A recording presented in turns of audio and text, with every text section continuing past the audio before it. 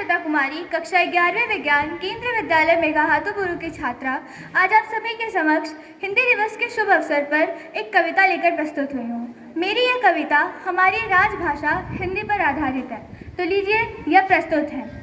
परिधान चढ़ा था विश्व गुरु का वो परिधान बचाने में, कि परिधान चढ़ा था विश्व गुरु का वो परिधान बचाने में, उमड़ी थी ज्वाला शौर्य क्रांति की माँ की शान बचाने में। पर क्या अर्थ हुआ, क्या अर्थ हुआ अभियानों का, संघर्षों का, बलिदानों का, उस क्रुद्ध तेजस्वी छाया का, रण की खून से लथपथ काया का। था सभ्यता प्रेम जो पुरखों का, था सभ्यता प्रेम जो पुरखों का। सन 47 को लांग गया, मुगलों कोरों से भी जीता था, पर काले अंग्रेजों से हार गया।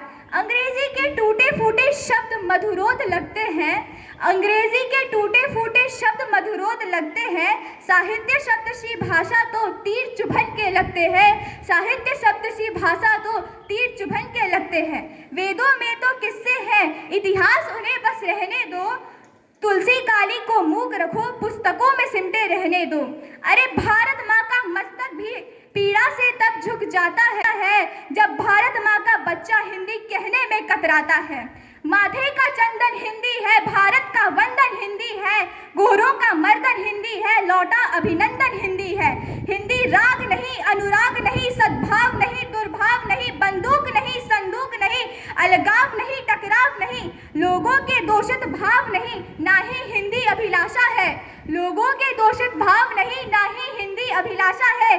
अरे जोड़े जो 28 बेटों को, हिंदी तो भारत माँ की आशा है, पर तिरस्कार उस आशा का गर्म लहू बढ़ाता है, पर तिरस्कार उस आशा का गर्म लहू बढ़ाता है, जब हिंदी माँ के सम्मुख कोई प्रश्न चिन्ह दिखलाता है। मुझे घृणा नहीं अंग्रेजी से, मुझे घृणा नहीं अंग्रेजी से, ना ही हिंदी का अभिमान है। मैं भारत माँ की बेटी हूँ, उसकी भाषा का सम्मान है, उसकी भाषा का सम्मान है। अब मैं अपनी कविता को कुछ पंक्तियों के साथ विराम देना चाहूँगी।